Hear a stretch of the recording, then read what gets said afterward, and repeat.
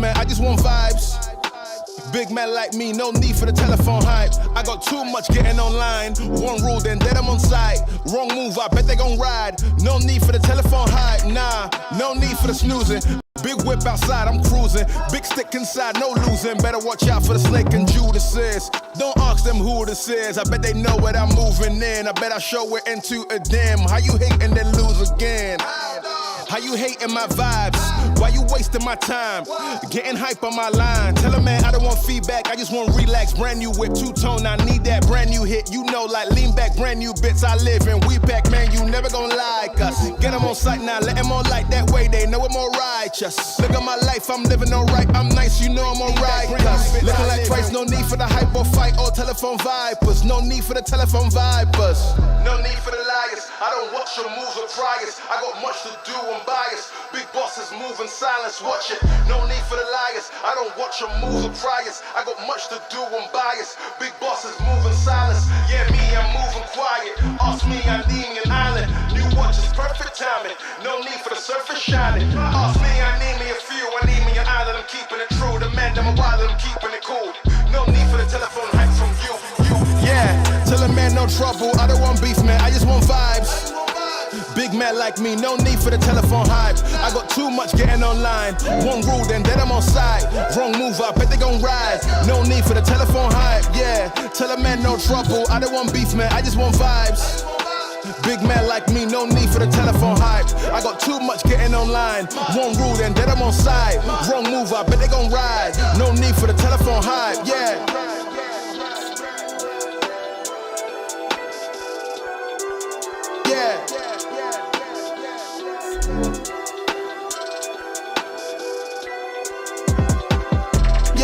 Tell a man no trouble, I don't want beef, man, I just want vibes.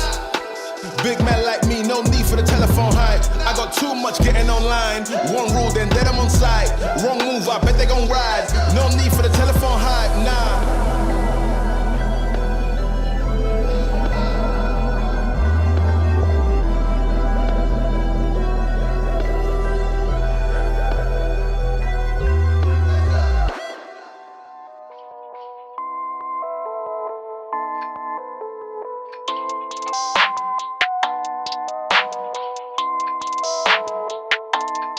That's ISO. Rack it up, I got a bit of the bank to make me a safe house. Shake it up, she got her hands on her knees and she bringing the cake out. Smoke it up, I got some gas, some packs, I'm up in the greenhouse. Ball it up, I'm with the gang, we taking shots off the rebound.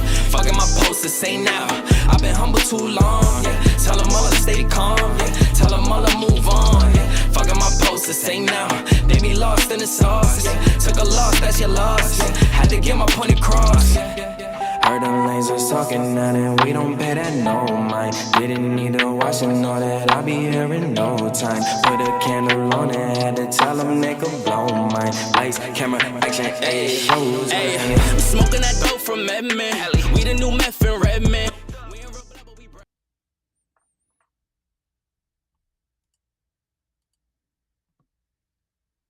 What's up, party people? Welcome back, HVAC Uncensored Nation, to the podcast. Guys, we always start off, like I say, showing love and paying those fucking bills. First tonight is going to be my friends over at the Service Hero Academy. Guys, the Service Hero app has been amazing. You can go in there and look at these different reviews. I have a link for this, but I'll be honest, I don't even know what it is, but I've still been sharing it because I know how many people it has helped. We use this at Beltway. All of our techs use this app. They go through it. We make them go through it. It answers so many questions, help guide you so much more than you actually think. I cannot even, so you can go here and look some of the things it covers. And like I always tell you guys all the time, being able to fix stuff is just part of it. If you can't communicate what you're doing to the customer, the overall experience to the customer is not good. So I highly recommend that you guys check out the Service Hero Academy, their app. I'm not saying you got to go to California and take classes if you don't want to, but check out their app. I highly, highly recommend it. Since I've been saying something, I can't tell you how many people have reached out and said, Gil, thank you. This app has been able to help, and they're slowly adding new stuff all the time.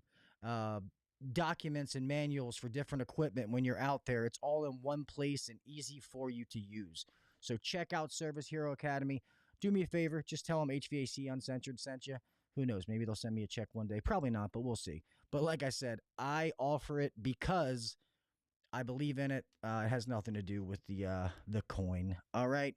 Next, guys, Company Cam has been a new sponsor that I've been dealing with for the last couple of months, and I absolutely fucking love what they do.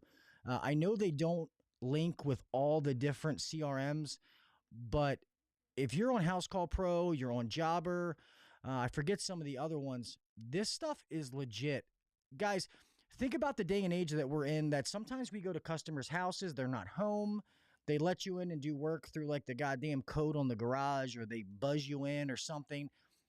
Or people are working in their office and they're on a meeting and all they do is let you in. They say the fucking unit's downstairs, it's upstairs, and they want to be left alone.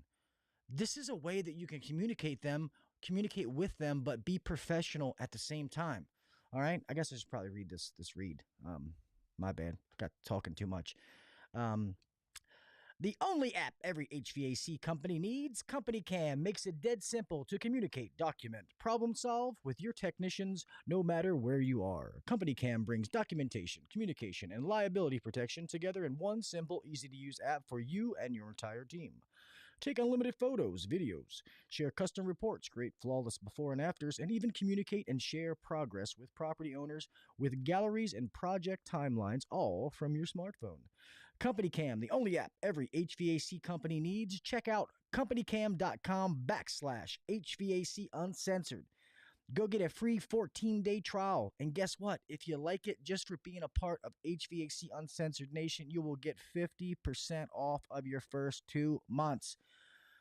I know I read that being joking and stuff like that, but Company Cam is a legit company. They're awesome people. If you go back a couple of weeks, you'll see a podcast I did with Claire Fick. She is from Company Cam. They're awesome people over there, and they really, really are trying to be innovative and help all of us in the field be better at what we do. So, guys, go check out Company Cam. One more, okay? Last but not least, and I want to show you, let me click on this real fast. HVACR, and click down. Some of their new products. Oh, I'm on the wrong page.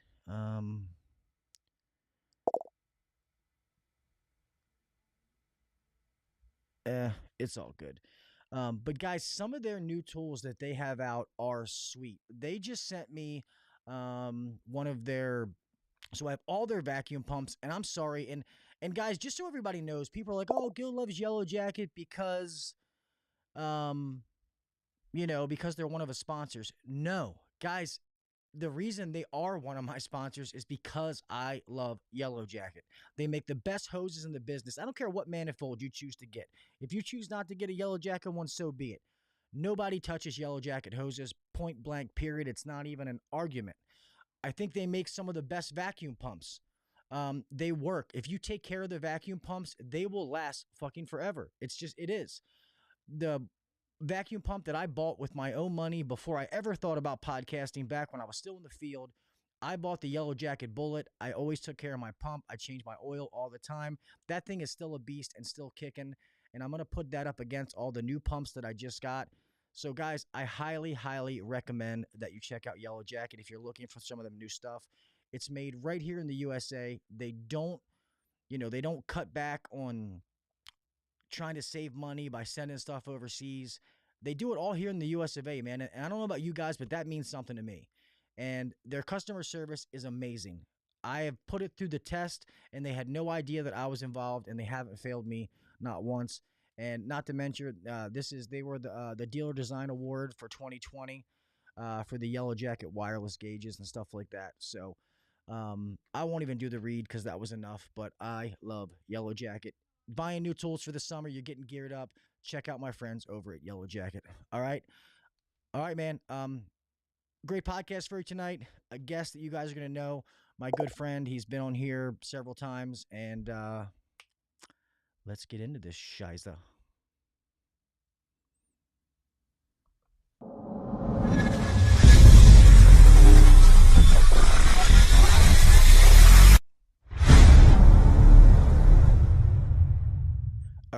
to see that again because that wasn't supposed to be what I played. Let's do this pledge real fast, and then we'll get into that. Got me all fucked up tonight. It's your fault, Ryan.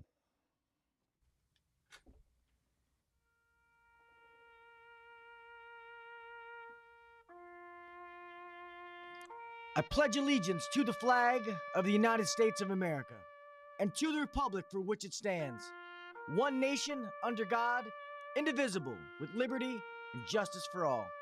God bless the United States, and thank you to all those men and women who defend it.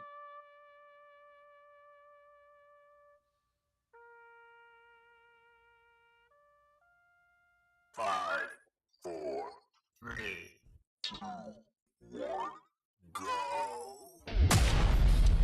Welcome to the #1 rated HVAC podcast.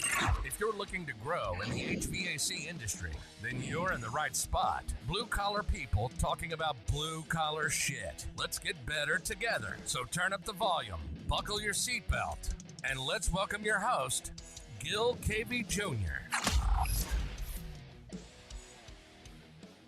What is up, everybody? Welcome back to the HVAC Uncensored Podcast. I am your host, Gil KV Jr. Happy to have you guys, as always. I messed up the little intro there, but fuck it. It's all good. But I will not keep you guys waiting. Guys, I have my good friend, and I put in the description, colleague, a.k.a. boss. So, guys, without further ado, my good friend, Mr. Ryan Grimes. What's up, buddy? What's up? Yeah, man, you haven't been on in a little bit. I know Everett and some people like that were on, like, saying congratulations on the baby and stuff. A few people asked me where you were. Cool. Yeah. Thanks for having me back. You went to HRI, became a big shot, got all the, people lined up, which is good. So thanks for sneaking me on here. Yeah, of course, man. And guys, and just so you guys know, man, and I talk to people and I got advice. Well, not advice, but people say stuff to me because I want people's opinions on the show and stuff like that. And we are going to start diving into some more tech-related technical stuff. I mean, because that is what I want to do, but I also want to do things that help technicians. So the guy was like, man, I just feel like there's a lot of sales stuff. And guys, I want you to know that it's not sales. So I'm not telling you that I want you to sell. I want you guys out there that are good technicians to make what you're worth. And communication is half the battle. So that's what I want you guys to know when I say that. But on the YouTube channel, I have some videos that have already been recorded. I'm going to start putting some out, really diving into some technical things. So hopefully you guys like that. Keep an eye on it. If you're not subscribed, please already do so. Make sure you follow me on all the platforms, Instagram, Facebook, YouTube, all that good stuff. So I appreciate you guys. Hello to everybody in the chat. Kraus, Mr. Isaiah, what's up, little bro? Young, Jose Santos, what is up, everybody? I can't see the people from Facebook, so it doesn't let their name go through. But anyway, I don't know about you guys. Hopefully business is booming because the weather sucks balls here. Yeah, it does. Yeah, the weather does suck balls. We're waiting for it to break, and once it breaks, I think everything will go a lot smoother. But it being rainy and miserable, I'm over it. I'm ready for it to be summer. I want to go fishing, all the things, man. Well, how are you gonna fish if you sell the boat, dude? You got a backup plan? Yeah, dude, I gotta get another one. That's the plan. Oh, all right. Well, remember our deal. I still want a key if we get Uh, and if you you know, die on the boat, I get I that was box. before buying a boat, I was like, yeah, I want everybody at the company to have a key to the boat. And then I realized how easy it is to wreck that motherfucker, and I was like, I might keep the key in my own pocket. Yeah, dude, even if you said, Gil, here's the key to the boat, go take it out, I wouldn't. I mean, just You're always welcome on it though. yeah, I Just would let me be. know. Yeah, I'd be too timid. I love being on the water, but I guess if I learned how to do it, it would be cool. But I definitely know there's more to it. So, yeah, man, I know we've talked about a few little things, and we were talking the other day, and we're gonna get into some of the new refrigerant stuff. So, you guys in the chat, have you heard about some of the changes that are happening with refrigerant? I'm sure most of you have, about the 410 being phased out and the new refrigerants that are going to be taking its place.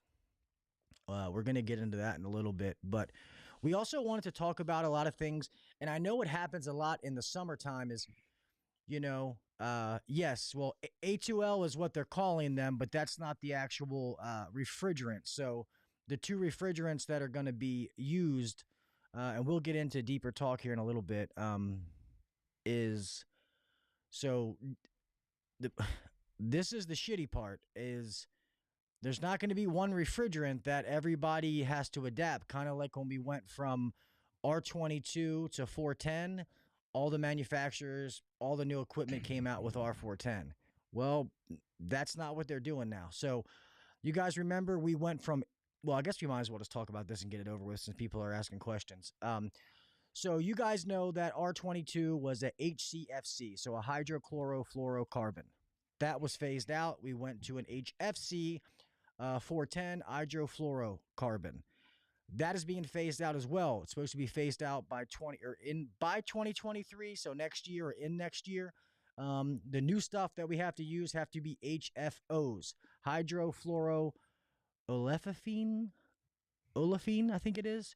So the two refrigerants are R32 and R454B. But the shittiest part is manufacturers can choose which one they want to use. So if you're a company that uses maybe more than one brand, you could have to be two different refrigerants that you're dealing with. I know it comes down to recover machines aren't the same.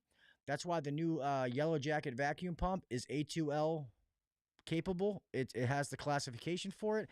And there's also something to do with your vacuum pumps. Because R32 and being flammable, something about, the refrigerant particles getting stuck in the oil of your vacuum pump or some shit like that.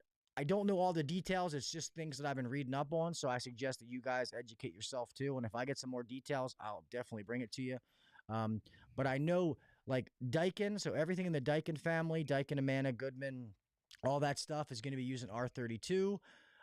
Carrier, I know Carrier, everything in the Carrier family, Carrier, Bryant, Payne, and I'm assuming all of the inner city product shit. Comfort Maker, which the last I heard Comfort Maker, they were stopped making it, but I heard some people are still selling it, but you can't get it around our way. And all that stuff is going to be used in R454B. So like I always say, there's not really much to talk about. It's coming. It's going to be, it's a mandate. It's already passed. So definitely educate yourselves on that, guys. And as soon as I can get some new, here, I'll share this for you real fast, what I'm looking at, so you guys can see it. This is it right here, the new stuff. So definitely educate yourself, man, so that you know what's going on with this. You're probably right, Kraus, 85%, because I just feel bad. So what the hell is going on now with people who have 410? If we're selling new systems right now. Here, let me go back to the two people. I'll check it, Ryan. I didn't see it either, but it's all good. Yeah, I think about that, dude. So what happens to the people that we're selling systems to right now that are 410 if they're gonna phase it out? I feel like Well, when did the phase out start for R22 to 410A? I mean, because that was technically before my time. well, you got to think when that phased out, you stop being able to buy equipment, but I mean, I think I remember seeing like there's units from 2004, 2006 that are R22 and 410A. There's kind of a mixture out there. But it yes, got all the way until like 2012 is like I think the hard stop, right? Yeah, I want to say that I remember it was probably like the late 2000s. I would say like 8 to 10, 11-ish was when you had that little bit of period where you could have sold either or a 22 system or a 410. Where I was at the time, we just always sold 410. It just made sense. But then you had those assholes still selling R22 systems. Um, I do know that we did a lot of like people who had bad compressors, and we would just change Mhm. outdoor units. Because I remember a summer that we were eating outdoor units and just changing them out, changing them out. My buddy Kraus in here says he thinks we're good until 2035. So that's true. Well, I guess that makes sense. I don't know what the hell I was thinking about. So no new equipment will come out after 2023 with 410, but it doesn't mean we won't be able to get the refrigerant and all that kind of stuff. So, yep, there is still a good amount of 22 stuff out there. Ice, wait. Yeah, I think I'm excited for the new refrigerant because I think good companies are going to put the effort in training their guys, and I think it's going to let the um, cream rise to the top, I guess. The better companies are going to come and train their guys and have the flare connections or the zoom lock or whatever, whichever direction it goes in. And the guys that are prepared to do that are going to do really well. And then the hacks, I think, are going to have even a tougher time than they're already having. If 410A was too hard for him, well, with this whole new change in process, there wasn't a change in the only change in process with R22 to 410A was superheat subcool. R22 you could pretty much get away with beer can cold. 410A you can't get away with that. No. Um, And the higher pressures was different with everybody. You know, yeah. going from 70 head to 150 and seeing head pressures at 400 something. So that was different. And I don't know what these are going to be comparable to. To be honest, I haven't really done my Yeah, I research. mean, I was reading today, and it said it should be around the same. Oh, nice. What up, But I Chris? could have sworn I listened to another I could have sworn I listened to another podcast that said it was going to be similar to R22. So don't take my word for it. You're fucking cheating I'm on me, you just son of a bitch. That's it. Everybody say goodnight to Ryan Grimes. Click. Just kidding. I just hope that we don't come across any like in 2013 to 2015, and I know this was primarily a Linux problem, but it could, I think Carrier fell on it too, where it was just coils were popping left and right. Um, did Carrier have that issue? I know I experienced that with Linux. I'm sorry. Say it again. I was looking in the chat, buddy. Oh, the coils popping. Oh, yeah. Well, I think what happened is when they went from trying to do those aluminum, like do all aluminum coils, I think at first they got it Yeah. wrong because they were too thin. And that's why they started Yep. popping. They couldn't handle the pressure. I think that was everybody fucked up. Okay.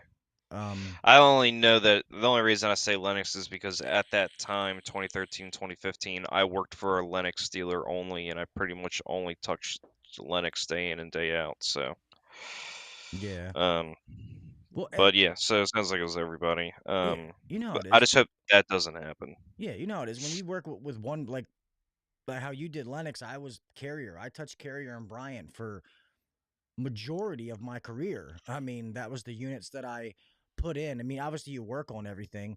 Oh yeah, I wanted to say what's up, Chris, HVACR videos in here. What's up, my man? That motherfucker has like 9 million people at his live streams. Uh, well, when you got like 200,000 subscribers on YouTube, that happens. But yeah, he said I still have at least 122 package units, and I have more 22 units than 410. Damn, really?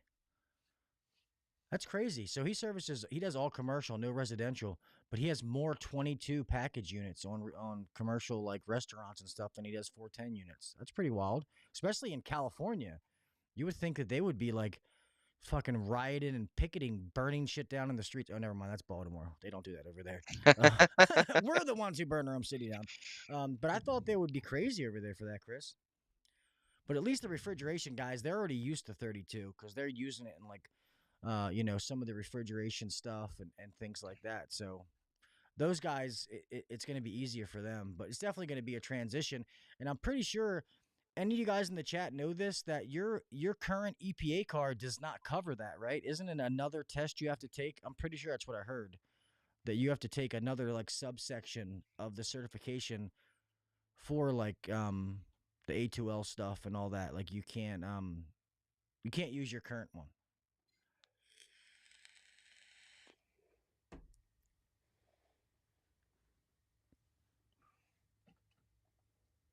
And hopefully we don't go through like another like TXV issue when we change refrigerants. But that was Copeland.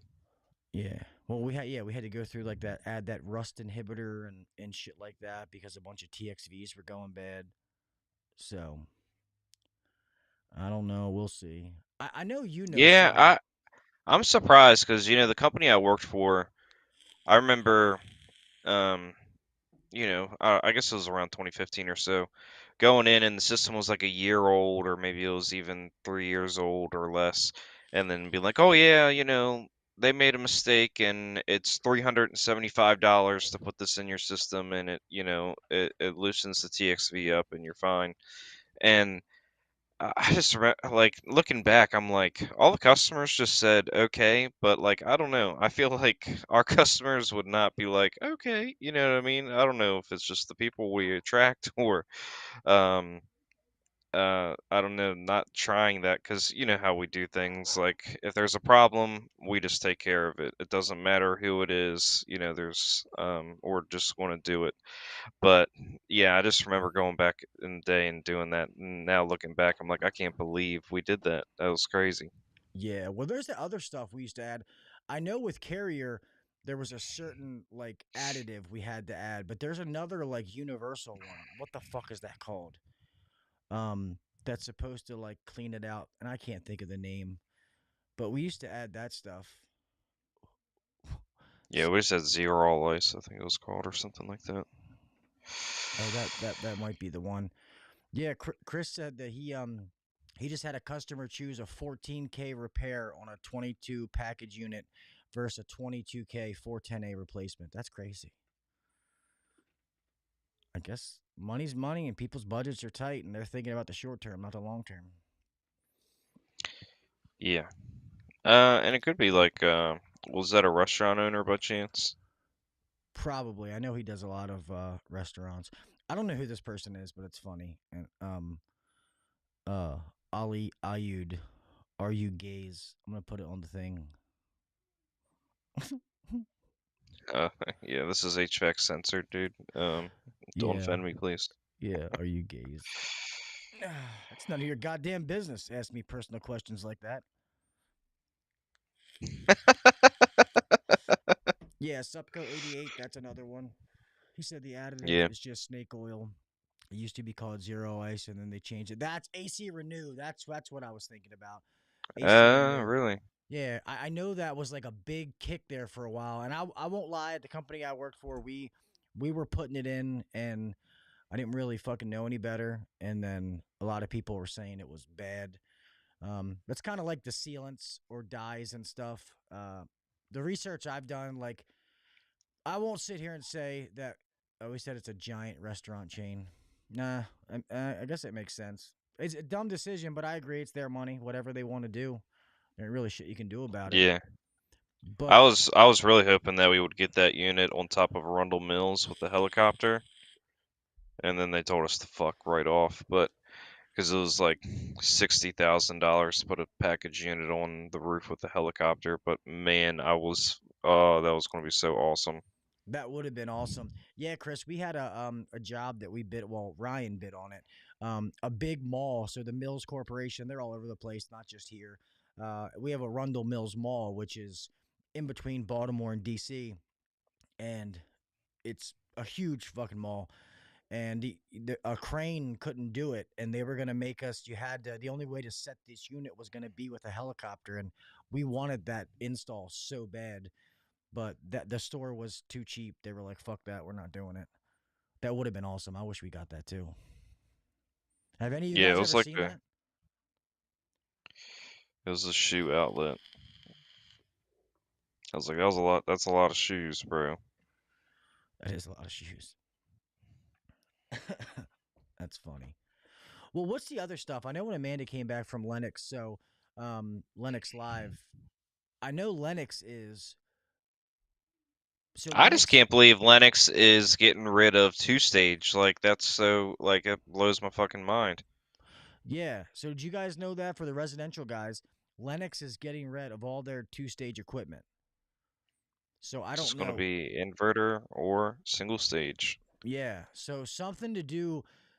I probably should have pulled up some more stuff, but our general manager at Beltway, she went to a Lennox Live and they were talking about a lot of things. She went to the one in Philly and about refrigerant stuff's happening, obviously, which we just talked about, and then also um, how the SEER stuff is going to change, how it's moving up. I think it's 14.2 or something, but it's got a whole effect thing that it's going to do where these manufacturers are going to start. It has to reach certain ratings and the AHRI matchups are going to change and stuff like that. Because some of the stuff with Lennox, you could technically have a 14 SEER outdoor unit with a certain coil and furnace, and it would be 16 SEER. Well, that's a no go. Like that's not going to work anymore.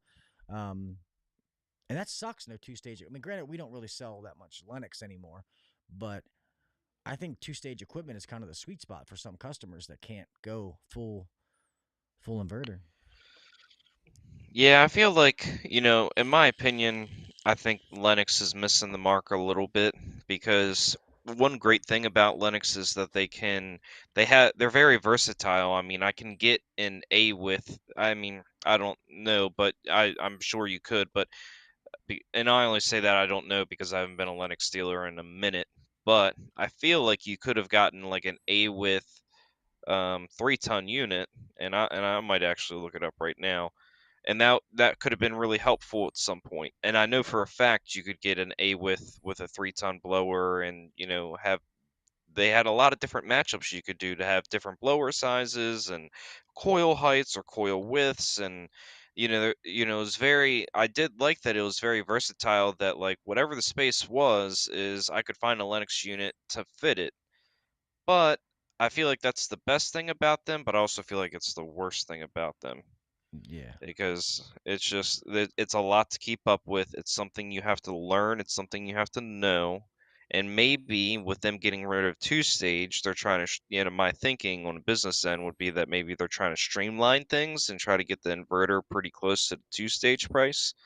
But at the end of the day, the research happy customers, what two things do they want all the time?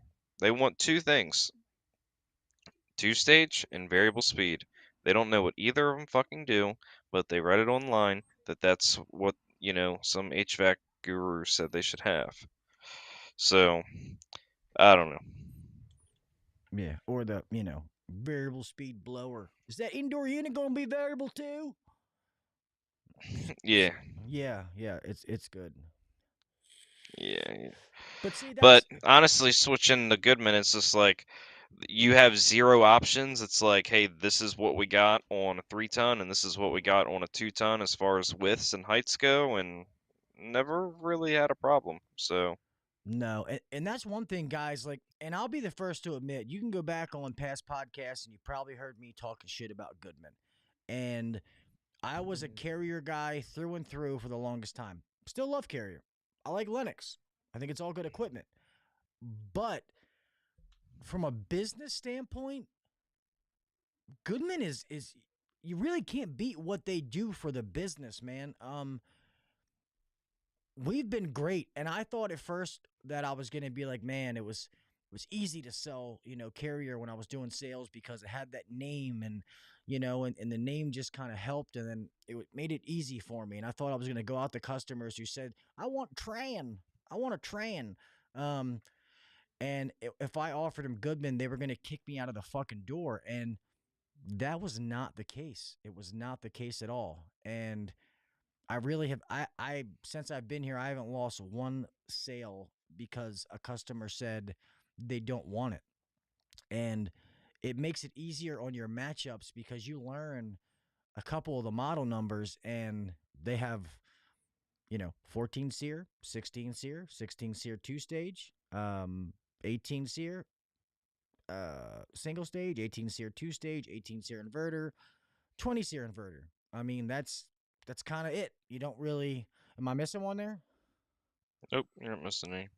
Yeah, I mean, so it makes it kind of easy. I mean, yeah, we have secondary offerings and stuff that we do for people, but it really hasn't been a problem. And the kind of kickbacks and different things that they do for us, warranty process, part of the private label stuff. I mean, so I suggest any of you guys out there, if you're small business guys and you're selling, I mean, if the brand is good to you or your supply house is good to you, by all means, don't change. But it's worth checking into, man, because they fucking really take care of us. I mean, do they not fucking take care of us?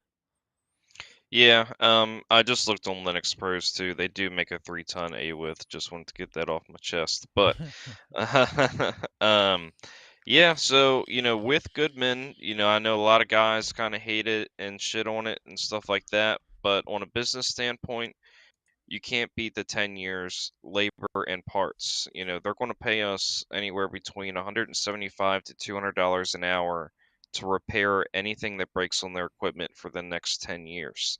Um, so I said some shit today in the office. What did I say earlier? Oh yeah, talking about that guy who wanted another brand. He was like, "Oh, I want another brand or whatever." And I was like, "Okay, Mr. Smith, so what happens on year 8 when your compressor dies?" It's always fucking silence because they're like, "Oh, I don't fucking know." Well, yeah, because you don't fucking understand how this labor warranty stuff works, man. And at year 8, if I walk in the Goodman and the compressor goes, they give me the compressor, plus they give me a check to go put that compressor in. Year 8 with any other manufacturer, dog, that's not how it goes. They give you the compressor, but it's going to be $3,000 to $4,000 labor to put that compressor in. So who believes in their equipment more, your brand or mine? Um, and I mean, that'll win a lot. That'll win a lot of things. And I understand, we don't want to get into sales and stuff like that. But Goodman's is really good for the business, and I think if it's good for the business, it's going to be good for everyone else. We're never losing money on our equipment, therefore we can pour more into our guys. And I've been a Lennox Train and Carrier dealer, and I'm not going to say which one filled the ceiling with warranty claims. I mean, filled the ceiling with warranty claims. Um, and Gil, just before you got to Beltway, I don't know if you remember seeing it or not, but I mean, we literally it was stacked to the brim of warranty stuff. Our warranty claims is literally a small corner right now in the office, and it very rarely gets something put in it. But I'll tell you, when I was with one of the bigger manufacturers, I mean, I was stacking boxes on top of boxes on top of boxes, and it kind of sucked. So, you want to tell me Goodman's not good equipment? Well, in my experience, I, it's been great. So, Yeah, I mean, I have to agree. What compressor does Goodman use? They're all Copeland Young. yep. And me being a Carrier guy for the longest time, and I still like Carrier. Don't get me wrong. I'm not going to sit here and say that I don't like them, but there's quite a few Carriers out there that have LG compressors, and they're junk. Um, just me personally, I don't like them. I had more issues with those failing than I always think that Copeland's the best. It's hard for me to do. It's hard for me to do work for Googlers talking to the wall. Yeah, those people always suck, and the ones that are like hardcore, you know, I just dealt with one. We ended up I ended up getting the sale from him, but he was breaking down why our cost should be what it is, and thank God he didn't go too crazy for how low he was trying to go, or I would have told him to kick rocks. But Yeah, I it's mean, we told a guy the other day to fuck off, so that was fun. yeah. Guy was asking, like we were trying to apply for a job.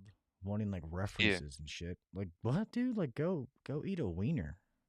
yeah. Can I get the my wife wants the Energy Star rating and I need the Sear and Ear rating, and if I could have a chart that corresponds like the Mitsubishi versus the Daikin and what that looks like, and I'm just like, you fuck off.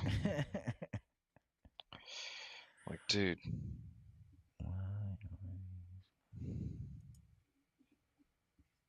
Yeah, I don't see anybody from Facebook. I don't know why. Yeah, Facebook isn't working. I checked.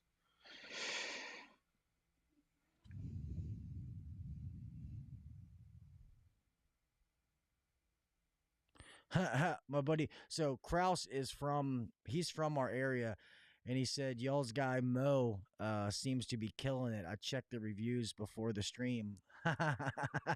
Yeah. Yeah, Mo be getting his fucking friends to give him reviews. That son of a bitch. I don't. Well, I N- mean, n- has he? I No, don't no, know. no. So Okay. let me. That was an inside joke. I'm just kidding. No, Mo does awesome with the reviews, man.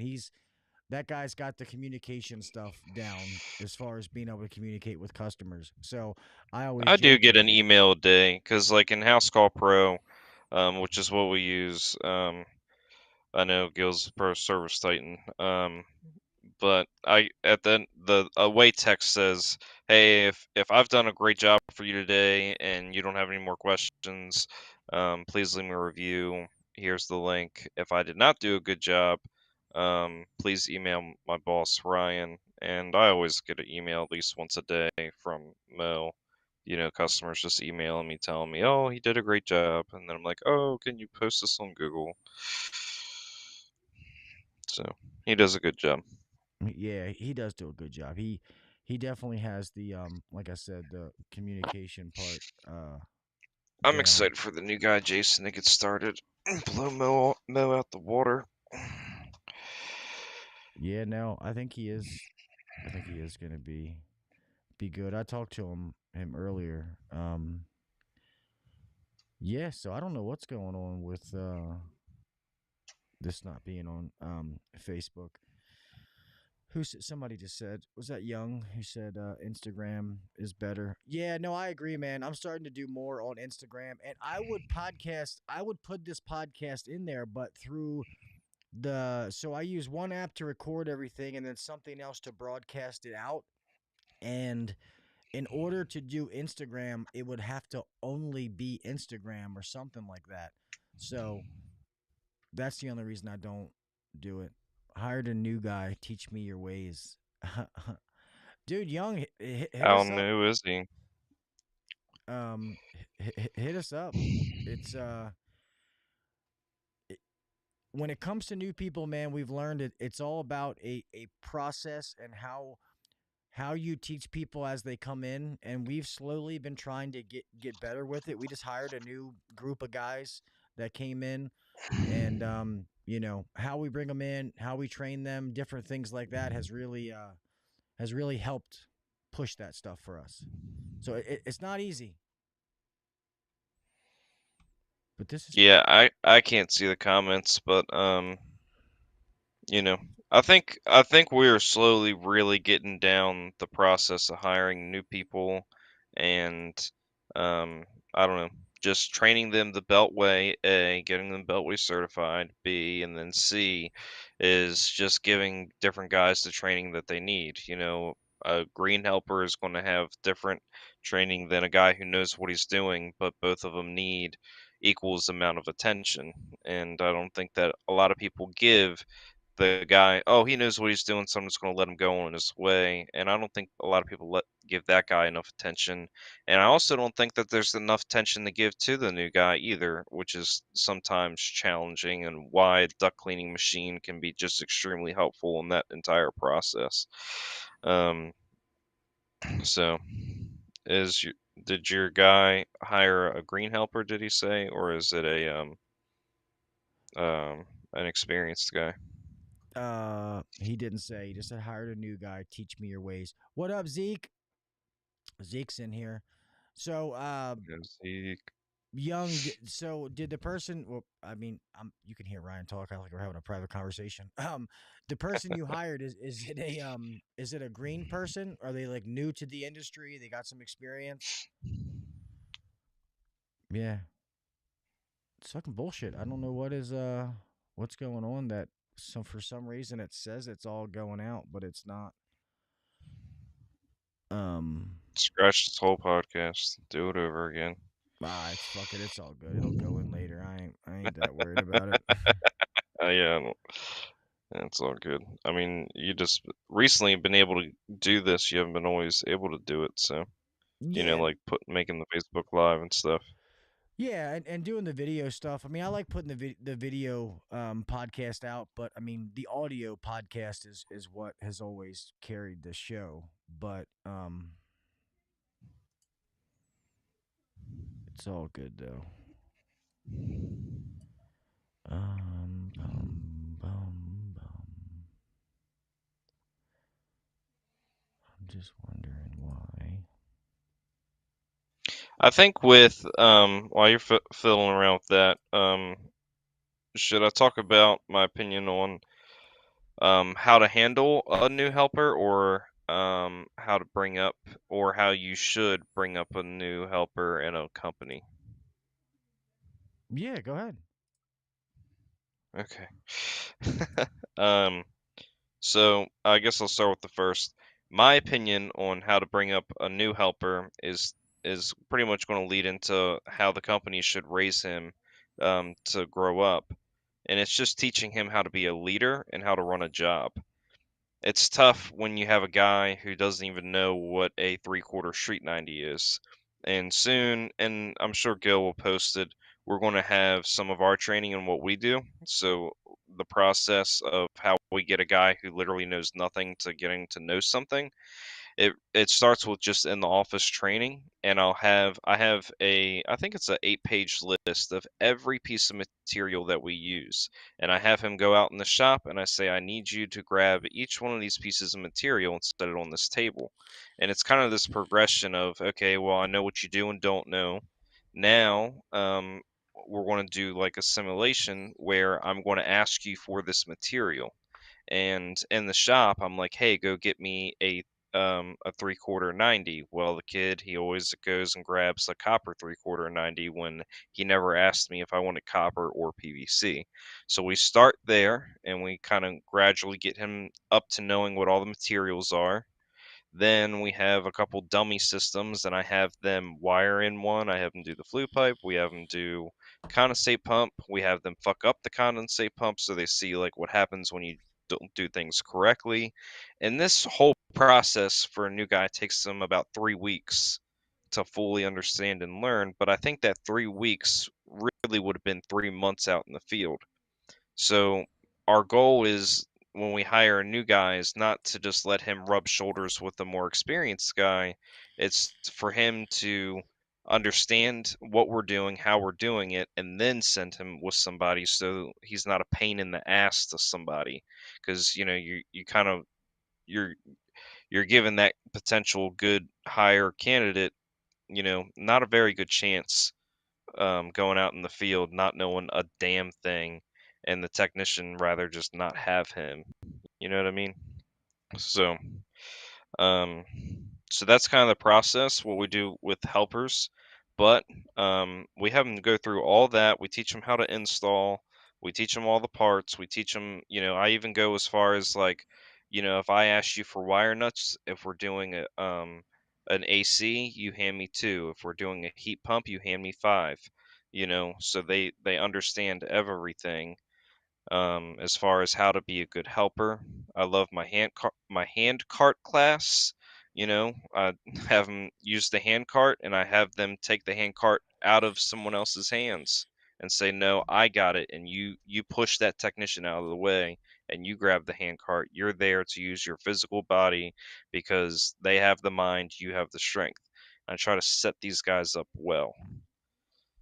Yeah, the more that you can do in the confines and the safety of your office and your training center, the better off that these people are going to be. We try to simulate everything that they're possibly going to do. And Zeke said it right. He said, I just jumped on, but we hire on personality and teach them. And I agree with it 100%, Zeke. Um, I always say that you can teach somebody how to do this trade. You can't teach somebody work ethics and how to not be a shitbag. Um, and but even guys who come in to that come to Beltway and they know about the trade, we still make them, we have something that we say we do things the belt way, and they have to conform to that. They have to come in and learn what that is. So we make sure that we set them up for success, that we make that very clear to them. This is how we do things. It's not about your way, my way, his way. It's about all of us doing it the belt way. We give our customers consistent quality service every fucking time that we go out, and it's kind of a plug and play. Obviously, their technical ability is going to be utilized on the calls they go to, but as far as how we provide that service, there's no veering off from that. We want it a certain way. It has to be a certain way. And whatever weaknesses they have, we want to know that. That way we can provide, sending them somewhere, or, all the in-house trainings that we do, whether I teach it, Ryan teaches it, Dave, our install manager, teaches it. Like, he's had some of the new installers in there and the last couple of days, and he's been fucking killing it as far as, Dave makes installs look fucking, but he's efficient the way he does it. He knocks the shit out. And some things are you wouldn't think it would make that big of a difference, but those small little things are what make him efficient. And being able to get a system done a few hours before other people, and the job still looks fucking amazing, I know Ryan was back there fucking Yeah, watching him. yeah. No, I was definitely impressed with Dave today because Dave's always been very fast. He's always been very good. I've always been more on the service. I've always been more on the service and definitely more on the sales side, as far as like in-home sales for my career. But it was really cool to watch Dave because I always thought Dave was efficient because he has a tool belt and he has he has three different bins. He's got a 90, an 80, and a heat pump bin that he brings down in the basement with him, or an air handler bin, and he brings those down in the basement and he just works out of those bins, restocks it at the end of the day. He never goes back and forth to his truck. He gets his jobs done very quickly and they always look really nice. And that's how I thought he got things done really fast. But watching him train the guys in this new, process we have of training guys who know what they're doing now, um, just watching him do it and explain the little things to these guys, like hold it this way, or this is how I do this, or strip it this way.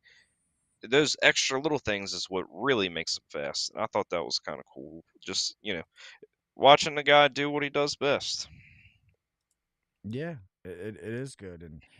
And so now, and like I would say kind of like the A team that we have, they're both those kind of guys, and they, I know Dave's in heaven because they knock things out. They get it done and get out. So one of the things that we do for our installers is kind of like piecework. And this was here before I came. Ryan did this, and it was new. I had heard about it, but never worked at a place that did it. That these guys, they get done in 4, or they get paid for 8. I mean, obviously, then if they get media filters, humidifiers, water heaters, they get bonuses. Like, it's got a certain amount to make it worth their while. And if there's callbacks within the first 30 days, then, they lose some of their bonus money and different things like that. But Yeah, there's a way to put it in checks and balances and stuff like that. And even if it doesn't look appealing, they got to go back and make it look appealing, so. yeah, somebody said I'd love to see Dave on the show. I'll try to get Dave to come on. I'll play some of his music, dude. He's a rock star. Like, he's a rock star Yeah, HVAC legitimate. guy. Yeah, a legitimate rock star, though. His music is badass. Yeah, he's gone on tour for months. Yeah. When you go to shows, girls are like, "Oh, Dave," and like taking their shirt off and shit. So I'm it's like, I'm his annoying. manager. Yeah, yeah. Is that your It's wife? I still don't know her. I don't know who that is. I'm just kidding, honey. If you watch this, I'm joking. Don't get me all fucked up. Oh shit. No, yeah, his shows are a good time though. And a lot of people do come out and support. But Isn't it called Rise um, Amongst Rivals? Isn't that the name of the band? yeah, Rise Among Rivals. Yeah, Yeah, Rise Amongst Rivals. Guys, check that out. If you like alternative rock music, Dave's band's legit. Like, I mean, you listen to them. The first time I heard it, until I saw the video of him actually singing, I was like, "This ain't you, you fucking liar." Because it sounds like something that you would hear on the radio, like a band playing. And when I actually saw him in the music video, I was like, "Well, I'll be damned." So it's I definitely really legit. do think he would have gone pretty far if I think he had a lot of band member problems, and I think he would have gone pretty far if he didn't have, bad apples, let's say. And I think that, and him going through that, um, was kind of the same time that we were going through bad apples here, and it was just like, yeah, just like your band, I can't have bad apples here. Um, you know what I mean? There's a Yeah. correlation there. We can't take this thing further if if we have shitty people. No, that makes sense. Um, But we can talk about go. I don't know how much time we have, but we can talk about like different things that you and I've seen from like being in a management owner role versus a technician, and the things you hated as a technician, the things you like, the things that we do a little bit differently, but the things that we have to do that you're like, oh, because I wish I didn't have to do some of the things that we do, but at the end of the day, now I realize those checks and balances are put in place for a reason. As when I was a technician, I was just like, fuck, like why? You know. yeah, definitely. Let's get into it. Oh Jesus, what I happened? mean, I think the first thing would be just the install department, right? Like, um, I the guys I used to work with, they're really fast and efficient as well. I probably spent maybe about 8 months to a year on install, and um, um, we would get done an install, and sorry, the swing is like distracting me.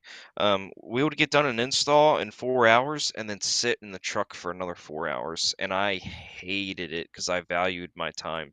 You know, um, growing up in the trade, I was going to college and Sorry I was about going to that. college, a little bit of trade school stuff, and working full time. I mean, it was a lot of work. So to get a job done in 4 hours and sit in the van for another 4 hours, I was just livid. So I was like, when I have a company, we're doing, if you get done in 4, you're getting paid for 8.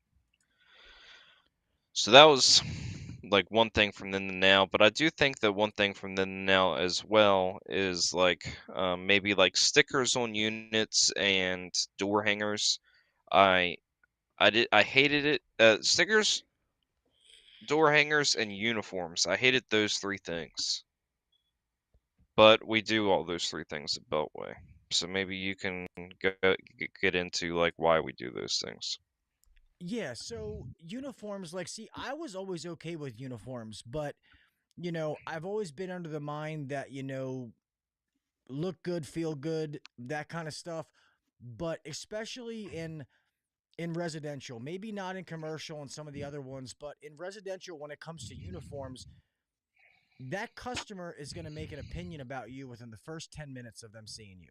So, and if you have a nice wrap on your truck is clean, you don't have papers all over the dash. When they see you grab your tool bag out, there's not shit everywhere.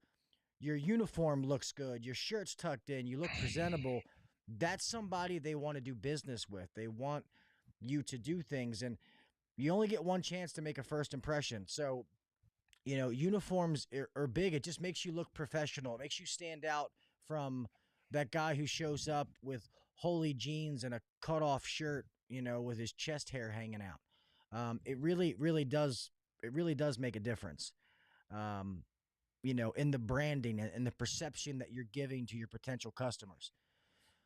As far as the door hangers, people, not everybody has a guy. You know what I mean? Somebody that does their work. And I always say this, people are buyers, they just don't want to be sold. And sometimes it's all about, when it comes to branding, it's the last brand they saw, is who they're going to remember when something happens. And as much as we do, marketing's great, doing Google, doing, GSLA, doing all these other things, Facebook, social media. But sometimes you cannot beat good old fashioned word of mouth. You do a good job for one person, rather than relying on that person going and talking to their neighbors. Well, what if you go and you just cloverleaf and you guys just go across the street and the two neighbors, and now those neighbors come ask this person, "Hey, did this company come out and install a system for you?" "Yeah, Beltway came out. They were fucking awesome." You know what I mean? It's going to help, catapult what you have to do. Or some people have an issue, but maybe they didn't want to do anything. They didn't want to reach out. And then all of a sudden they see something that kind of grabs them and kind of sucks them in. So, we try to do all of those, little things. And one of the other ones that, was big, and I won't take credit for this. This is all Ryan, is we're not time Nazis. And it is. So, yes, we want guys to take the proper amount of time and be thorough on their calls, but we've all worked for those places where it's like, you got to be at the shop at fucking, 7 a.m. You have to be there at 7 a.m., do your fucking paperwork, and then get out on the road. And in the summertime, they have you working until fucking, 1 o'clock in the morning. And then you turn around and you have to be there at fucking 7 o'clock again. How dare you say you're fucking tired? What do you mean you're tired? And we just have none of that. If a guy chooses, like, these guys have to be at their first call no later than 9 o'clock. Most of them do not. Everybody is, some guys are, I meet them at the shop early and they're there. We bullshit for a couple minutes. They go about their day. Some guys go right to their first call. They don't have to come to the shop if they don't want to. Most of the guys who come there come because they want to. That's how they do their morning. We sit there and drink coffee together. We bullshit. We smoke a cigarette. Then they go about their day. I love having that relationship with them, that we sit there and talk about work, personal stuff, whatever it is. And the guys know if you do happen to start later, that's fine. But if you work later, that's up to you. Mr. Pete Ramsey. What's up, Uncle Pete? Kraus said, do y'all have sales techs or essential turnover techs? And how do you think either or benefit the company? You want to take it? Yeah, sure. Yeah, so we have both. We have the fix it guys like to fix things, and the selling techs like to sell things. So the selling techs, they're set up and they've gone through the service hero app that Gil mentioned in the beginning.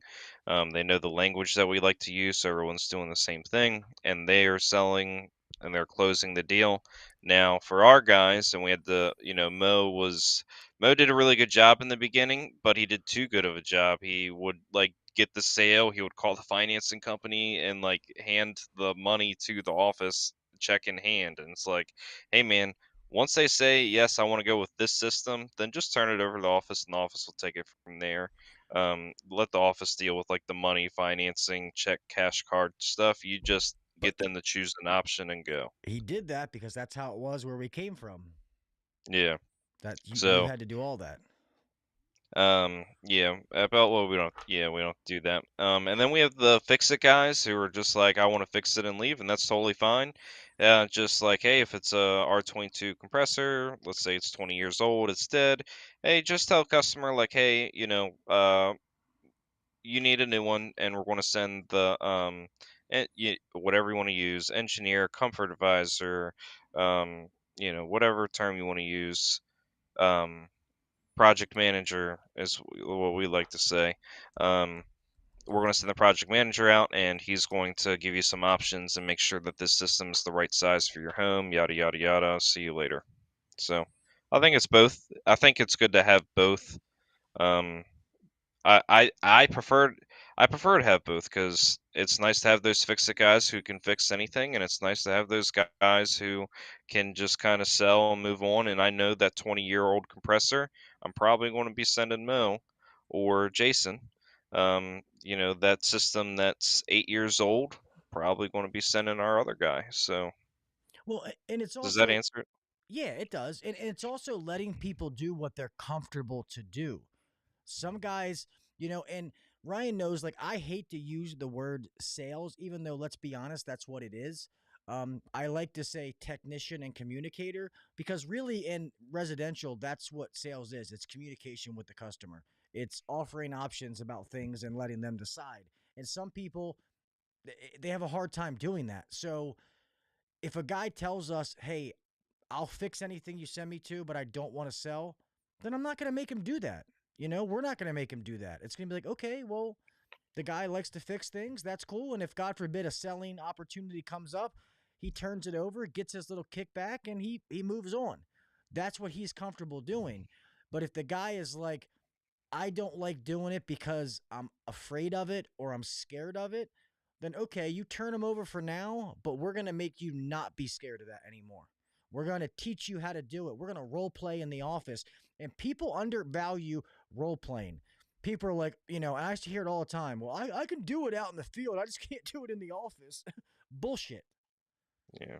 That's bullshit. If you can It do is. it in the office with your colleagues and your brothers in arms, then, and you get comfortable and you knock that fucking shit out, you can do it out. You can go out there and do that same process to any fucking customer you roll up to. I guarantee it.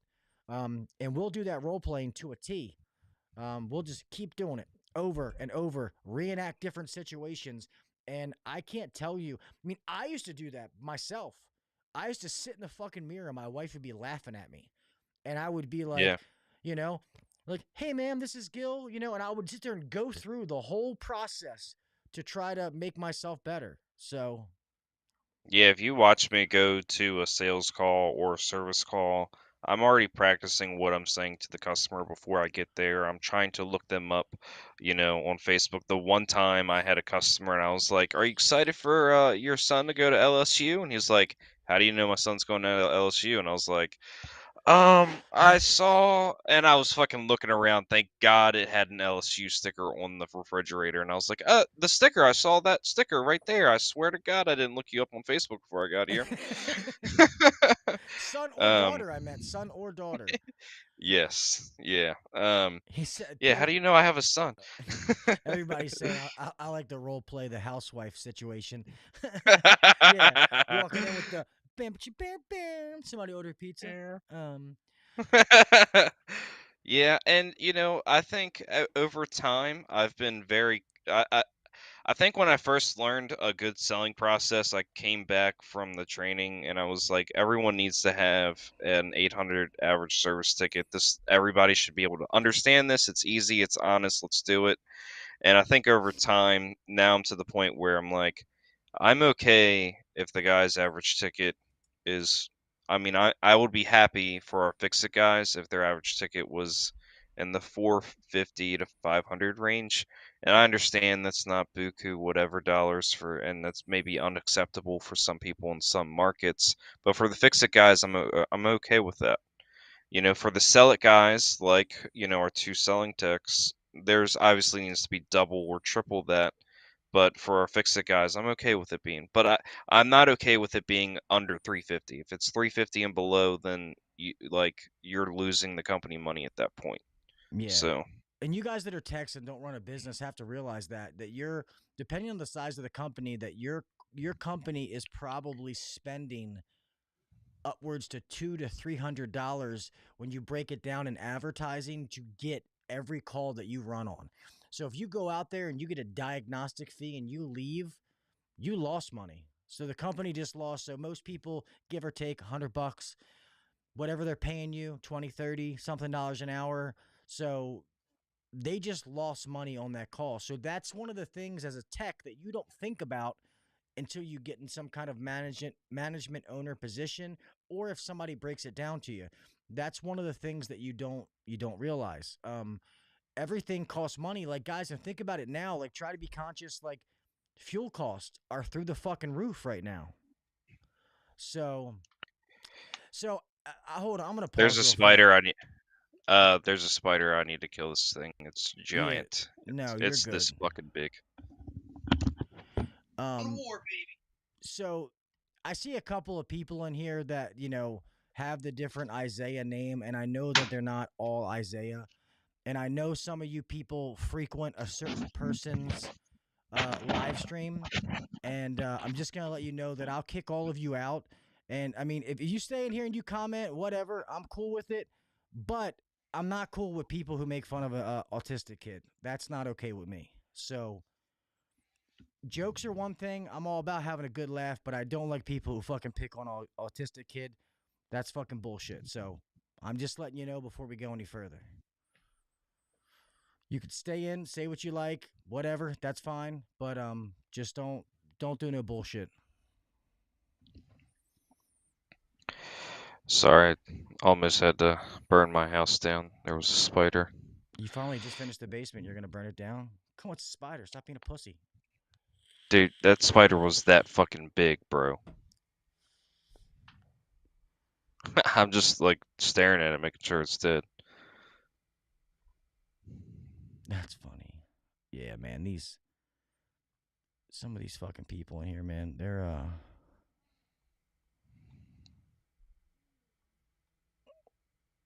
They all follow you know who, and they like to pick on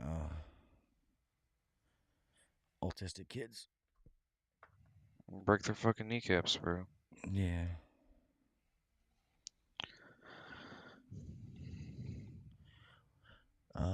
Let's see. Kraus says, so for your market, would you say it is a good above average ticket? And what should a straight service truck do a month, a year?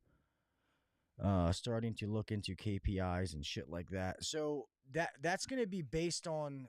So it's hard for us to say that because we need to know what a company's overhead is. So that's not a generalized answer. You know, so yeah, obviously an average ticket should be, 5, 6, 7, 800, 500, and above. Um, that's what you Yeah, want on a yearly basis. So if a guy ends a full year with a $500 average ticket, that's pretty decent. I mean, that's pretty average, above average. But that also means in the summertime for him to have that, he's getting some $1,000, $2,000, and you know, it all averages out. yeah, and it all depends on how the company does the average ticket. Are you separating maintenance with demand calls? Are you, um, do you have a guy who's a high closer? Like Mo is a high closer, right? People love his personality, and he does a good job. His average ticket is hanging at, in the slow time, it's hanging around 800 or so. Um, but that's because, and for a guy like him, 800 is kind of low for a guy like him, but that's only because most of his calls turn into installs. But at the same time, most of the calls we give him, we don't usually send him on anything younger than 15 years old. You know what I mean? So, um, it's all on how you look at the numbers, and I think I used to drive myself crazy on like what's good, what's bad, whatever. I would say what's good is just continuing to make it $25 more each month. That's a win, whatever you decide. If it's 25 extra dollars each month, it's going to be a couple $100 extra at the end of the year, and just looking at how can I get 10% better or whatever. So to answer your question directly, 350 and below, you need training. Um, I like to see you fix it guys in the 450 to 500 range, and then the selling guys need to be above 800, 800 and above. And it can get anywhere between 800, and I would say a really good one could do about $1,500, but that is following the system to a T. Um, and the system is great, and it's very honest. And the happiest customers I've ever had, and Gil, the happiest customers you have ever had too are the customers that do what? That spend a lot of money, right? Yeah, the most money. Yeah, Zeke said, "Give me a wrench." Um, Give me and a wrench. and that's what I always kind of say to the guys. Like, I'm not a baker. I'm not gonna act like I'm not. But it's always a good kind of analogy to use. Like people who bake, if there's a recipe for like something, a cake or whatever, you have to like it's one of those things you have to stick to the recipe. And if you do it exactly like you're supposed to, when you get to the end, the finished product is what it's supposed to be. If a service call happens and you have a process that is proven to work, like you don't have to reinvent the wheel. Most of the sales trainers out there, for the most part, they're all teaching something similar. So I highly suggest that you, and Zeke has taken several of them, so he knows. He deals with Uncle Pete Ramsey, who's in here. He's done Victor Rancourt stuff. I'm not sure what else Zeke has done, but that is good stuff. It's a system that you learn, and people are like, oh, it's all dishonest. No, I promise you, the stuff that they teach you is not dishonest, but people take it and with dishonest intentions. But if you follow that process to a T, your result is going to be the outcome that you want it to be most of the time. And like they always say, even in business, when you worry about the almighty dollar, you're never going to fucking get it. But if you worry about taking care of the customer better than anybody else, better than any of your competitors, money will come. And that's really what we do. That's really what we've done at Beltway. What Ryan has allowed us to do, to implement and stuff like that is, make sure that our guys are going out. And something we always joke around about is, people always, when they make the comment, nobody's ever done that before. We're like, fucking right they haven't, because nobody does what we do. Yep. Yep. It's very easy to get lost in the numbers. It's very, very easy to get lost in the numbers. But I think, like you said earlier, Gil, it's knowing your overhead and knowing those numbers and how to overcome them. Because a company in, Austin, Texas is going to look a lot differently from a company in, Edgewater or Baltimore, Maryland, whatever it is. Yeah, I mean, how many employees do you have? Do you have a building? How many trucks do you have? How much are your trucks payments? How much is your utility bill? Do you have assets? Do you own things? All that stuff goes in, and we know what our nut is each month. Like what we have to make to keep the doors open. And as we get bigger, that number keeps getting bigger too. So we know that that has to constantly keep changing. All right, now we're at this point, so we know that we have to factor that into how we price our service repairs. How do we price our installs? All that stuff has to go into it so that if we sell somebody a 10-year warranty, that we're still here in 10 years. With the price increases of equipment, 6% here, 5% there. Sadly, all that gets passed back on to the customer because as a business, you can't eat it, and if we do all the training that we do and we take care of our one thing that I always say, that we always say, is most places say they're customer first business. Well, we're a technician first business. If we take care of our techs, then they take care of the customer. They're happy coming to work every day. Like you heard him say Jason earlier. And we just hired Jason. He was a friend of one of our senior techs, Levitt, and he was describing to him about how we do things, and the guy Jason kept saying, like, no way, like what you're describing doesn't exist. And since he's come here, he's been like, holy shit, this is crazy. I can't believe like this is how it is here and stuff like that. And that makes us feel good because that means that we're doing exactly what we've intended to do, For those guys that have worked at all those shitty places and they've been used and abused, that they come to a place like us at Beltway and, they love it and they know that we actually give a shit about them. So Ryan always said, what'd you always say? That you always wanted to start a company that you would want to work for if you was a technician, right? Mm-hmm. Yeah. And, and I think we do a lot of great things. And I think, I think the leadership team here, and that includes you, obviously, as the leader, but it really, it helps having the, the mission, the vision, and the promise just sought out and executed every single day. And, you're very bought into all of that, and then you make our guys bought into all of that, and it really helps and it really works. Um, and I do think Beltway is a great company, and I think also what helps both of us out is that we don't have our heads up our asses. We're always talking in the office on how can we be better, how can we raise the bar, but also, what are some things that we need to do to raise the bar for our guys, and what are some of the things that our guys need to raise the bar for us, and how to go back and forth with that. And you and I talk about that a lot. And we've made a lot of mistakes in the past, and, with certain technicians that are obviously, no longer here because we made a couple mistakes with them. But at the end of the day, I think if any technician that is in a past company that it's, oh, you better get here right fucking now and 7 a.m. and all this other bullshit. I think if like Jason, just like Jason was, guy like Jason comes in and it's a breath of fresh air, and that's what I really want.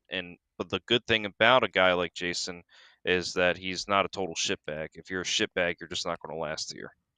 You're going to see your way out pretty quick. Yeah. Because we have a reputation that we have to maintain and have to keep, because that is what keeps us busy. Yeah, and letting go. And one thing I think is good before I move on, Ryan, you're gonna like this comment. I know you can't see him. Kraus said, "No on call. That's the company that I want." That's funny you say that because me and Ryan have talked about that, the pros and Yeah. cons of not having our guys do on call. So it's funny you say that, Kraus.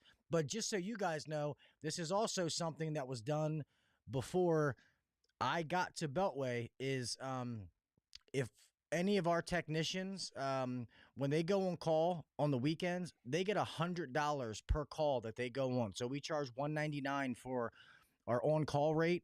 $99 comes to the company. $100 goes right to that technician, and then whatever they're making hourly, they're probably on overtime if they're on call. Because if we're gonna take them away from their family, we want it to be worth their time. So you tell guys that, and they're like, "What?"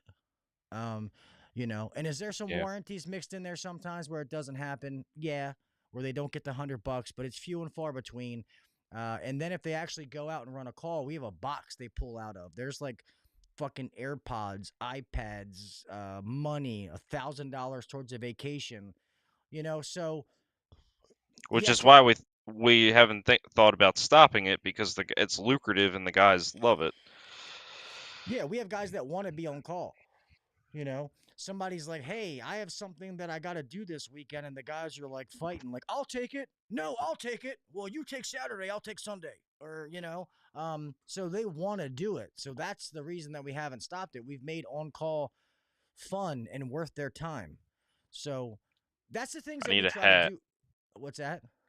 I need a hat that says "Make on call fun again." That's funny. Um, Yeah, I appreciate that. Happy HVAC. I can tell you guys have passion. I appreciate that. We do. I mean, you got to be passionate about what you're doing, and when you do that, other people feel it. And yeah, it's just we've seen the shitty side of it, and you think for so long that that's what it has to be. That's the only way that business can survive because that's all we've ever known. But it's not, and things don't have to be that way.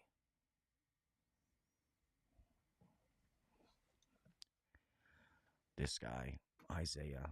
It's all the dude John Israel's guys. The one guy is actually being fine, so I'm gonna let him stay. But they all make their names and make fun of a autistic kid like a bunch of fucking pussies. Kick them out, man. Yeah.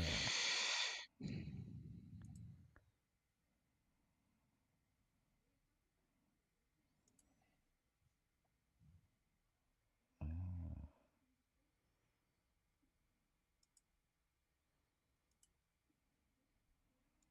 Yeah. So while you're doing your thing, I guess I'll say my thing. I mean, I mean, we can go on to the on-call thing, stopping it or keep doing it, because it's not like everyone loves to do on-call, but no one's really complaining about it. So if it's not broke, do you fix it kind of thing. But those guys that are out there that are like, oh yeah, all this sounds great and I would love to figure that out or work for a company. Well, you have two options, man. You can either A, go start a company and do all the things we're talking about, and you can always reach out to Gil or myself, and we'll help you with that. Or B, um, I remember when I was a technician, I walked into my boss's office and I said, "Hey, man, I read this book about leadership, and I think we need to have better leadership here, and this is how I think it should be done." And it didn't go anywhere, but I was really happy that I at least said something. Um, and looking back, because I know that I wasn't a shitbag, because I know I wasn't perfect, but I had value to bring to the table, that maybe, as long as I always had a humble attitude, that maybe I could go find a company that would do these things that I want to see happen, because they're out there. You just have to find them. Yeah. It's like getting abused by a girlfriend for so many years, and then you find a fat one that gives you sandwiches, and you're like, you know what? This is actually not that bad. Yeah, it's like sandwiches, really good blowjobs, or the psycho bitch, but she's hot. Oh, what do I do Yeah, here? All right, fat bitch and sandwiches. Here we go. hell yeah. But yeah, it's just trying to do things different, man. It's like we all we all know that our trade has enough shit involved in it as far as working in attics, some of the hours we work and missing time and you know when I was in the field, like I can't tell you how many things that I missed. I couldn't go to with my kids and my son and missing baseball games and shit like that. And Ryan's given that back to me working for him. Granted, I'm not in the field, but he's given that back to me. And it's yeah. We want to give Yeah, that and to our it technicians. doesn't matter if it's you or a technician. I couldn't I couldn't imagine not being there. And the older that I get, the more I realize time is valuable. You know what I mean? Like, I do not want to miss my son's first time he rolls over or first time he walks. I want to be in the room. I do not want to be working on someone's fucking air conditioner. I would literally shoot myself. Um, but that's what the demand is, and that's what we're required to do. And I just don't think that's fair. There's no amount of money in the world that would make me miss that, so I would never make somebody else miss that either. Yeah, and it's just and when you take the time to give that to your people, they know that. You know what I mean? And we all want to be appreciated. We want to be valued. What's up, Brett? Guys, if you that's me and Brett are gonna do something here soon, man. If you guys do not check out the Advanced Refrigeration Podcast with Brett, and Brett, I'm sorry I don't know what your co-host's name. I've only met Brett, but they do an awesome job with that show, man. So, but uh but yeah, man, it's just doing the little things for people, and people love it. There's little extras, and then just being valued for what you're good at. Kevin Compass, that's it, Kevin. I remember Kevin. I forgot his last name. So Brett, and Kevin, but and hopefully me and Brett are gonna do something next week. I have another guest on the podcast for next Wednesday, but me and Brett are gonna do another special episode. I'll tell you guys. We're probably gonna end this soon because it's getting late. I didn't realize how late it got. Yeah, I'm looking at the time. I'm like, shit. Yeah. Who is this? Oh yeah, I got people from Service Titan coming on next week. You might want to listen to this, Ryan. Psych. So yeah, we'll have them coming on, and hopefully one day next week, me and Brett are gonna do a special episode of the podcast. But damn, it's almost 10 o'clock, and hey, I might be a little late tomorrow. Psych. Now I won't be late. I am. I wake up regardless. Well, thank you, man. I appreciate that. So, you guys with Isaiah in your name, I don't know who you really are. As long as you come in here and you act cool, I'm fine. But I'm actually friends with Isaiah. I'm close with his family, and I just don't like when I see certain people who pick on him. You guys can watch whatever channels you want. I don't care. I don't I don't do that whole sides thing. I could give two shits. I just don't like when I see people pick on the kid. I know he does some goofy things sometimes. He's a little outlandish and doesn't make sense, but it's, kid's still autistic. He's a good kid. He just wants attention and wants to, be in with be accepted by the group or whatever. He just wants to be one of the guys. So I just don't like if I feel people are making fun of him or shitting on him. And I know people out there or somebody out there that actually does it. Semper Fi, brother. Hoorah. And he is part of the guys. Well, exactly. So I just don't like, I just don't like people saying shit on him, man, because he's a good kid. He's just not sure sometimes. But all right, man. Thank you guys for watching tonight. Brett, keep up with me, man. Let me know so we can do something next week. And exactly, Zeke. Build each other up, man. I just try to put positivity in the world. I rather put positive vibes out and get positive vibes back. I'm not trying to be negative all day. Yeah, there's all people that we like and don't like out there on social media and on YouTube. Whatever. Everybody knows, and you guys know, because I know I've seen you in his, I don't watch his stuff, but I know that you're in his chats or whatever. And John Israel, yeah, me and the guy aren't friends. I don't care what he does. Good for him. If he's doing well, more power to him. I spoke my piece about the guy. I have nothing else to say. You know what I mean? It is what it is. I have no bad blood towards the guy. Like I said, I spoke my piece. It's let bygones be bygones. I moved on. I'm not worried about it. All right. Enough of that shit.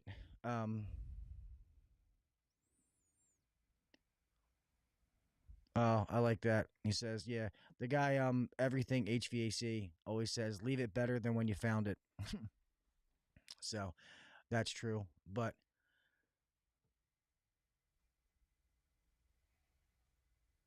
yeah, I don't watch his, I'll be honest. Just cause I haven't heard anything and I was surprised. I looked up something the other day and I saw that he didn't do very many videos. I heard something was going on with his dad being sick. I don't wish ill will on anybody's father, so I hope that works out. I don't care if people watch him, watch me, and watch other people. I understand people want to consume content. They can watch everybody they want. That doesn't matter to me. But anyway, enough about that. Thank you to everybody who showed up and watched. I appreciate you. I'm here every Wednesday night at 8 p.m. Eastern Standard Time. Sometimes I do special episodes because the podcast is booked up for like a long time. I mean, we're almost into the end of August right now with guests being booked up. And so I'm going to get some people, some special episodes on, and then I'm going to start putting some YouTube videos out. I'm not in the field anymore, so I can't really make field videos. I know that's what people like. Obviously, I can't make those for you, but I'm going to just cover some technical things and go over some stuff and see how that works out. But yeah, it's almost 10 o'clock. Thank you, brother, for coming on. I appreciate you. You're always, you're always welcome on here. It's no matter how popular I get, I still love you. Oh, shut the fuck up. But, nah, it's cool. It's really cool. I mean, you built this up way before. That's actually how I found you. I was like, this guy lives around the corner from me. I need to find this motherfucker. And So, you did. yep. Our So, first date was a Bubba's cheeseburger. It was fucking delicious. yes, yep, yes, it was. But yeah, man. Thanks, guys. Man, normally I show the person off before I close things out, but I'll just do it. Thank you guys for watching tonight. I appreciate you. I hope you guys it was a good conversation tonight. Good value. I'm definitely trying to get into some more of the talks, like just technician stuff. Like, yes, I am, I run an HVAC company now and stuff like that, but I'm always a tech at heart. So I mix in some of the business stuff because I guess that's what I do every day, trying to look at the numbers and, make sure that business is going good and we're making money and stuff like that. But I still like to talk about the tech stuff and doing things for the techs, making it better and things like that. So I'm trying to balance them both to get back and forth. If there's ever topics that you guys want to hear or you want to talk about, please let me know. I mean, you guys are my customers, the end users, so I want to make shows that you guys want to hear. So if there's certain technical topics that you would be like, fuck, I'd love to hear a whole show on this, let me know. I'll talk about it. I'll try to find somebody and bring somebody on to talk it with it or whatever it is. All right. So yeah, have a good night, guys. I appreciate you. Stay safe out there. Remember, always make it home the same way you left. Do the little things. Set yourself apart from the next guy. And until next week, I will talk at you motherfuckers later, man. Peace. Thanks for listening to the HVAC Uncensored Podcast. Don't forget to check us out on Facebook and Instagram, or email us anytime at hvacuncensored@gmail.com. Now, get back to work. Shut this down. The views and opinions shared on the HVAC Uncensored Podcast may not necessarily be the views and opinions of our